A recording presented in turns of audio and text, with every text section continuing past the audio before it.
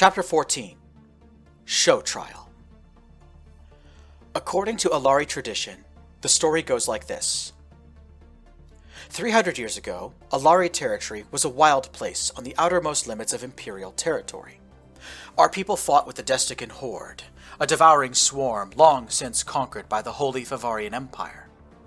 Amidst the chaos, opportunists found a way to make a living. Pirates plied the trade routes, taking civilian vessels and then ransoming the passengers back to the government. But one stood out among them, Vaki Djir. In a civilization ruled by men, Vaki Djir stood out as quite possibly the most powerful woman who ever lived. She seized control of her husband's starship, the Blind Fury, after he was killed in a fight. Vaki kept the loyalties of her crew by ensuring her husband's loot was used to pay the crew a regular salary, something uncommon among pirates. The promise of regular pay brought more men to her side. Before long, Vaki Djir commanded more than one ship. An armada flew a woman's flag, in open defiance of Alari social norms. Vaki's fleet was so large that it was able to raid and loot entire planets, and even meet the Destican Horde in battle with hopes of victory. There are rumors that her fleet once raided a planet controlled by the Horde. Military fleets were dispatched to bring Vaki to justice. Professional warriors felt as though victory was guaranteed, because thousands of years of civilized society taught them a simple lesson. No woman could ever beat a man on the field of battle. It was unthinkable. In their first meeting, Vaki Djir used strategies and tactics never imagined. The military found itself outmaneuvered and in danger of defeat. With their ships crippled and commanders humiliated, the professional armed forces were left with no choice but to retreat. Vaki's fleet sustained minimal casualties, and the opposing commanders were forced to resign in shame. This battle repeated itself twice. Each time Vaki and her fleet came away victorious. Yet the pirate fleet was sustaining losses. The pirate queen knew she would not be able to make war against the imperial government and survive. Defeating Alaria was something she could do time and again. Defeating Ix was outside of her ability. So Vaki decided to make a final stand on her own terms. She directed her fleet to the Favarian homeworld, Ix. When they arrived, Vaki's fleet kept its guns aimed on the imperial capital, where she presented her terms to the Galactic Emperor. All of the pirates serving in Vaki's fleet would get amnesty and be allowed to keep their spoils. Furthermore, Vaki would be allowed to keep her husband's starship, the Blind Fury. The Galactic Emperor refused these terms outright, saying a woman would not command him. Vaki knew it would only be a short time before the full might of the Imperial Navy was brought down upon her, so she responded by ordering her fleet to open fire on the capital. Nearly 250,000 Favarians were killed during the 10-minute assault. When it was over, Vaki descended to the surface in a shuttlecraft. She entered the Imperial Palace, walked directly into the inner sanctum, and demanded to speak to the Galactic Emperor face to face. Vaki's terms were unchanged. The Galactic Emperor accepted Vaki's demands. A ransom was transferred to the Blind Fury, consisting of wealth and treasures taken directly from the Emperor's personal treasury. Supposedly, there was so much cash, coins, jewels, trinkets, relics, artifacts, volatile motes, rare crystals, exotic gases, living metal samples, nanite clusters, Zro canisters, and other treasures that the Blind Fury could barely move. Every pirate under Vaki's command was pardoned by the Galactic Emperor. Every ship was given to the Imperial military. Vaki kept the Blind Fury and its store of treasures. She departed Ix and kept her promise to the Galactic Emperor. In return for her own freedom, Vaki would return to Alaria and never depart her homeworld again. The Blind Fury was last seen entering the planet's atmosphere and has not been heard from since. Vaki herself lived out her days in the small farming town of Nikalor. She married into the Dakara clan, a family of Fanti ranchers. After her death, The Dakara family abandoned their humble ranch and moved to the great city of Ratia. Since then, the Dakara clan has lived comfortably on the vast riches inherited from Vaki Djir. "That is the story, is it not?" said Okebi Insteb, speaking in his guise as Topi Omtet. Standing opposite him in this bizarre courtroom, with the Alari National Congress as her audience, Cali tried to gather her wits. "Okay, what the hell have I gotten myself into?" Cali asked herself. Over the past 2 months, Cali and her friends had followed the Manifesti in the news.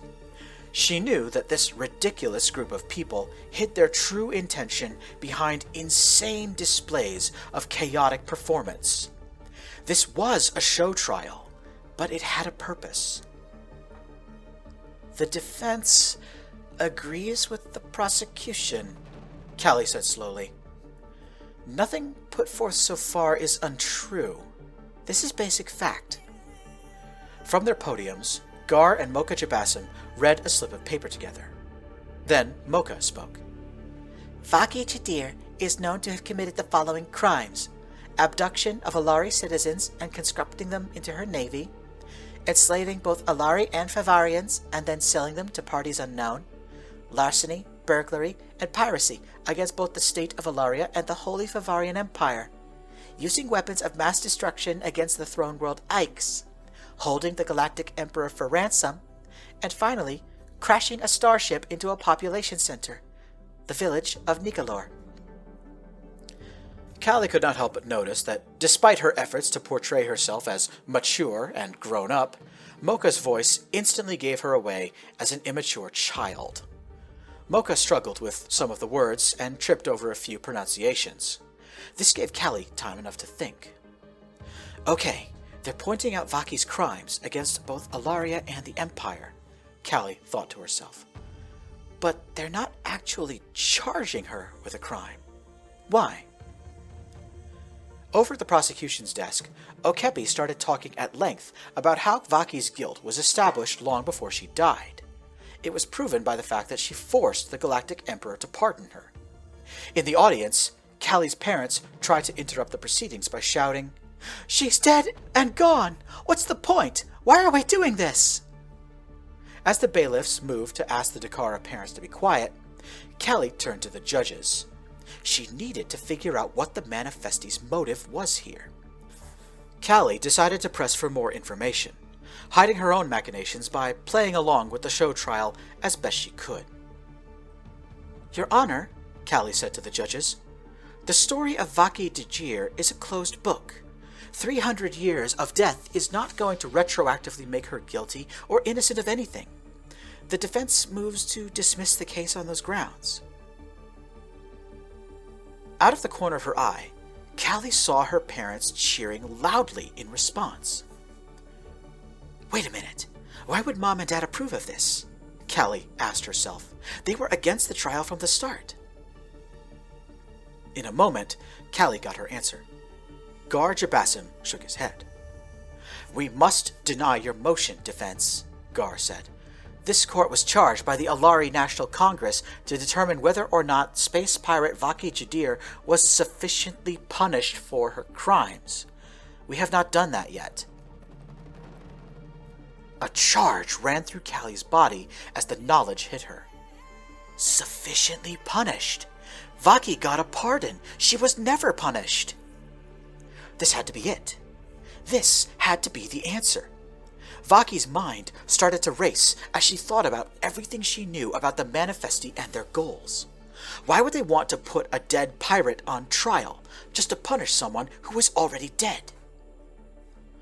While Vaki was thinking, Okebi launched into his speech. "Vaki Djir was motivated by selfish greed. She robbed tens of thousands of people of their lives and countless more of their livelihoods. She brought destruction and misery upon the galaxy and was ultimately paid for her treachery. Atop all of this, Vaki's descendants, the Dakara family, has benefited from her crimes for generations. Rin and Eris Dakara used Vaki's ill-gotten gains to enrich themselves and elevate their family above Alari society at the cost of those around them. Your Honor, this is not justice. The prosecution calls for this court to sanction the Dakara family, to punish them in Dejir's place. A huge cheer rose up from the audience.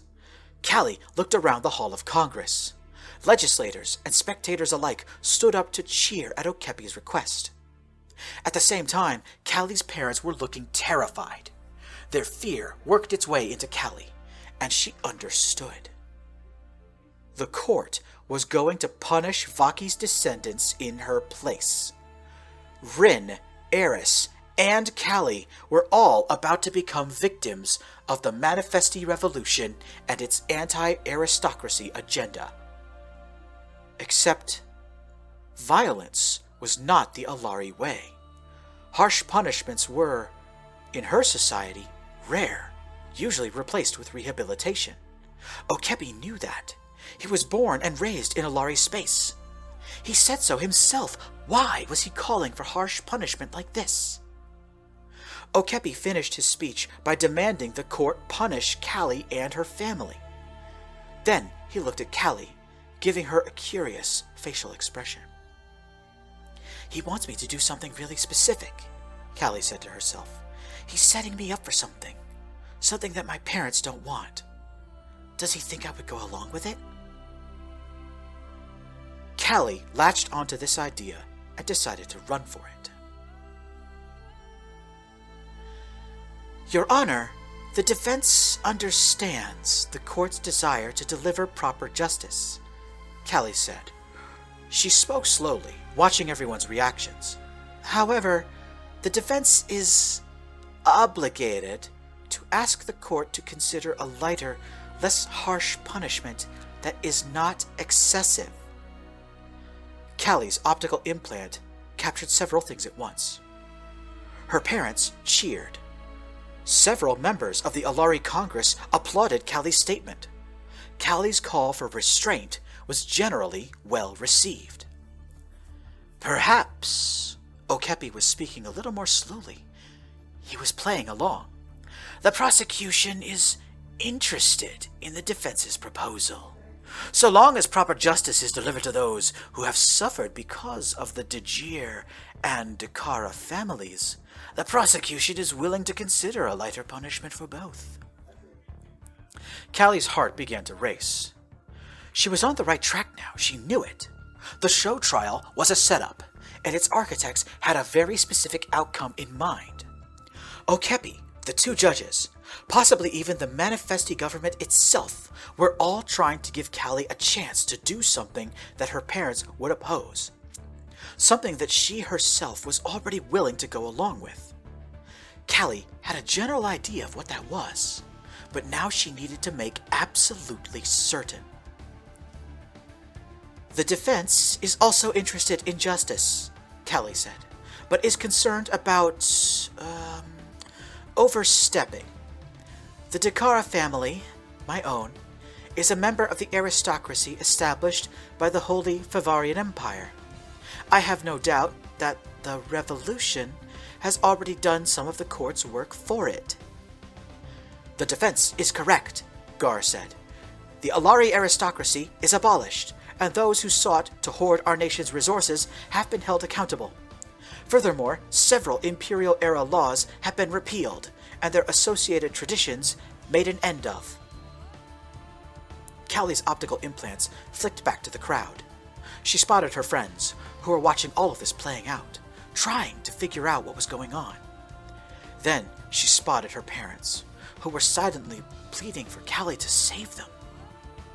Finally, Cali saw Van Beeren. He was seated between two armed guards, handcuffed and looking thoroughly defeated. How did a man from a wealthy aristocratic family end up like that? Cali asked herself. Van's family could solve any problem by throwing money at it. And then the answer came to her.